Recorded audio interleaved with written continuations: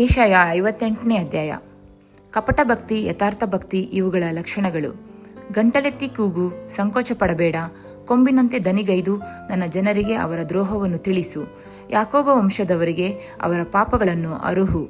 ಅವರಂತೂ ದಿನದಿನವೂ ನನ್ನ ದರ್ಶನಕ್ಕಾಗಿ ಬಂದು ನನ್ನ ಮಾರ್ಗವನ್ನು ತಿಳಿದುಕೊಳ್ಳುವುದರಲ್ಲಿ ಹೆಚ್ಚಳಪಡುತ್ತಾರೆ.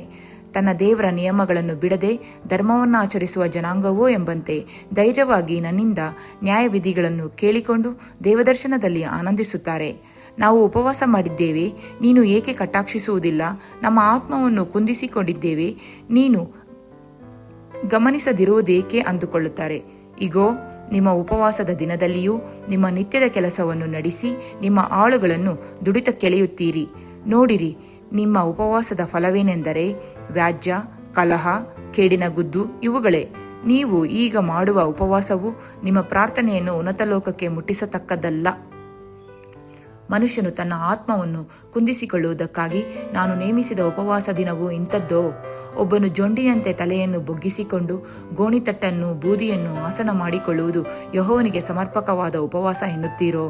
ನೋಡಿರಿ, ಕೇಡಿನ ಬಂಧನಗಳನ್ನು ಬಿಚ್ಚುವುದು, ನೊಗದ ಕಣ್ಣಿಗಳನ್ನು ಕಳಚುವುದು, ಜಜ್ಜಿ ಹೋದವರನ್ನು ಬಿಡುಗಡೆ ಮಾಡುವುದು, ನೊಗಗಳನ್ನೆಲ್ಲ ಮುರಿಯುವುದು, ಹಸಿದವರಿಗೆ ಅನ್ನವನ್ನು ಹಂಚುವುದು, ಅಲೆಯುತ್ತಿರುವ ಬಡವರನ್ನು ಮನೆಗೆ ಬರಮಾಡಿಕೊಳ್ಳುವುದು, ಬೆತ್ತಲೆಯವರನ್ನು ಕಂಡಾಗೆಲ್ಲ ಅವರಿಗೆ ಹೊದಿಸುವುದು, ನಿನ್ನಂತೆ ನರನಾಗಿರುವ ಯಾವನಿಗೇ ಆಗಲಿ ಮುಖ ತಪ್ಪಿಸಿಕೊಳ್ಳದಿರುವುದು, ಇವುಗಳೇ ನನಗೆ ಇಷ್ಟವಾದ ಉಪವಾಸ ವ್ರತವಲ್ಲವೇ? ಇದನ್ನು ಆಚರಿಸುವಾಗ ನಿಮಗೆ ಬೆಳಕು ಉದಯದಂತೆ ಭೇದಿಸಿಕೊಂಡು ಬರುವುದು, ನಿಮ್ಮ ಕ್ಷೇಮವು ಬೇಗನೆ ವಿಕಸಿಸುವುದು, ನಿಮ್ಮ ಧರ್ಮವು ನಿಮಗೆ ಮುಂಬಲವಾಗಿ ಮುಂದರಿಯುವುದು, ಯೆಹೋವನ ಮಹಿಮೆಯು ನಿಮಗೆ ಹಿಂಬಲವಾಗಿರುವುದು. ಆಗ ನೀವು ಕೂಗಿದರೆ ಯೆಹೋವನು ಉತ್ತರ ಕೊಡುವನು, ಮೊರೆಯಿಟ್ಟು ಕರೆದರೆ ಇಗೋ ಇದ್ದೇನೆ ಅನ್ನುವನು.